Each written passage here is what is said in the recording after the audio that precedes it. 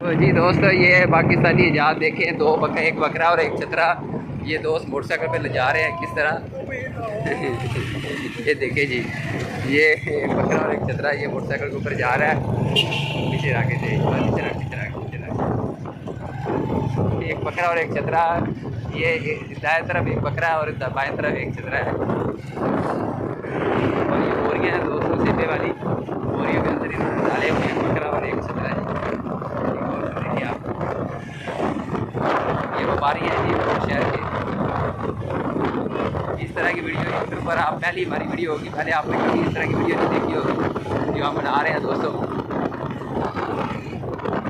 चाकी नाम पता नहीं चलता कि वीडियो पूरी हुई है।